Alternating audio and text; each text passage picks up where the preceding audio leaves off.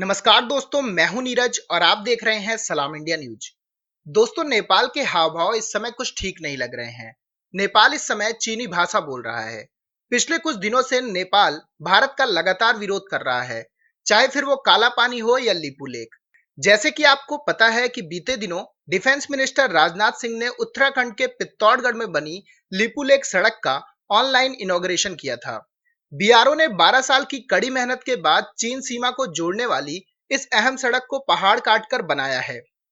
इस सड़क के बनने से कैलाश मानसरोवर यात्रियों को तो सुविधा होगी ही, इसके अलावा सुरक्षा के लिहाज से भी इस सड़क को खास माना जा रहा है। बता दें कि पहले इस यात्रा में 5 दिन का समय लगता था, लेकिन इस सड़क के निर्माण के बाद 2 दिन का समय लगेगा। लेकिन इस सड़क के बनने से नेपाल काफी परेशान दिख रहा है।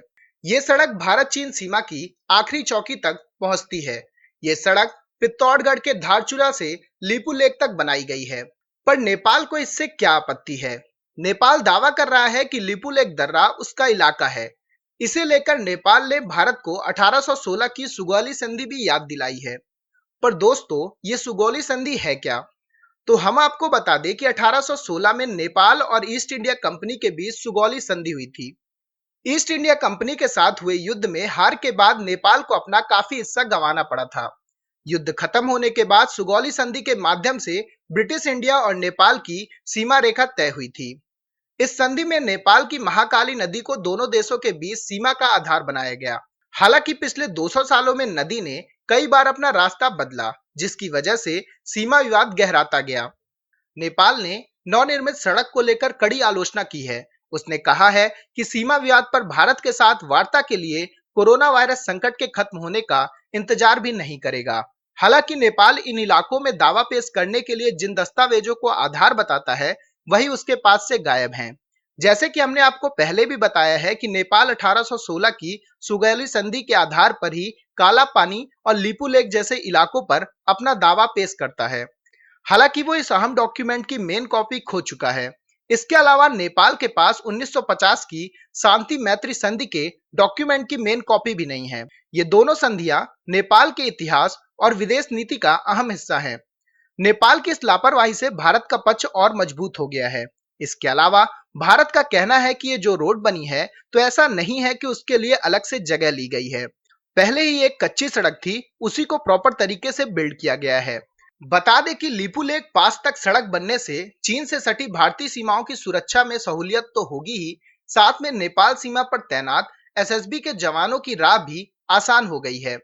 पर दोस्तों, नेपाल और भारत के रिश्ते लगातार खराब क्यों हो रहे हैं? तो हम आपको बताते चले कि पिछले कुछ सालों में नेपाल और चीन के रिलेशन काफी गर्मजोश के साथ आगे बढ़ रहे हैं। इसके अलावा वर्तमान में केपी शर्मा ओली नेपाल के पीएम हैं। उनके कार्यकाल में नेपाल का चीन के प्रति झुकाव काफी बढ़ा है।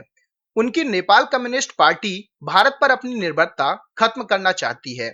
उधर चीन भारत के पड़ोस में लगातार अपना नेटवर्क मजबूत करने की पूरी कोशिश कर रहा है।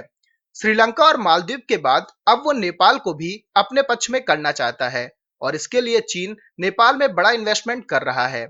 जानकारी के लिए हम आपको बता दें कि चीन की बेल्ट एंड रोड परियोजना का नेपाल भी हिस्सा है। इस परियोजना के तहत नेपाल से चीन तक रेलवे लाइन बिछाई जाएगी। इस रेलवे रूट के जरिए दोनों देश आपस में कनेक्ट हो जाएंगे। हालांकि इस परियोजना में काफी ज्यादा पैसे लग रहे हैं, जो नेपाल की औकात से बाहर हैं। कुल मिलाकर जो श्रीलंका और मालदीव के साथ हुआ है, अब वह नेपाल के साथ होने वाला है। नेपाल और भारत के रिश्ते सदियों पुराने हैं। अगर इसको परिभाषित किया जाए तो भारत नेपाल के बड़े भाई जैसा है। लेकिन अब इन रिश्तों में खटास आने लगी है और नेपाल का झुकाव चीन के प्रति बढ़ने लगा है। अब ये तो वक्त ही बताएगा कि नेपाल और भारत के रिश्तों में क्या नया मोड़ आने वाला है। तो दोस्तों, अभी के इस वीडियो में बस इतना ही। तमाम अपडेट्स के लिए आप बने रहिए सलाम इंडिया न्यूज के साथ।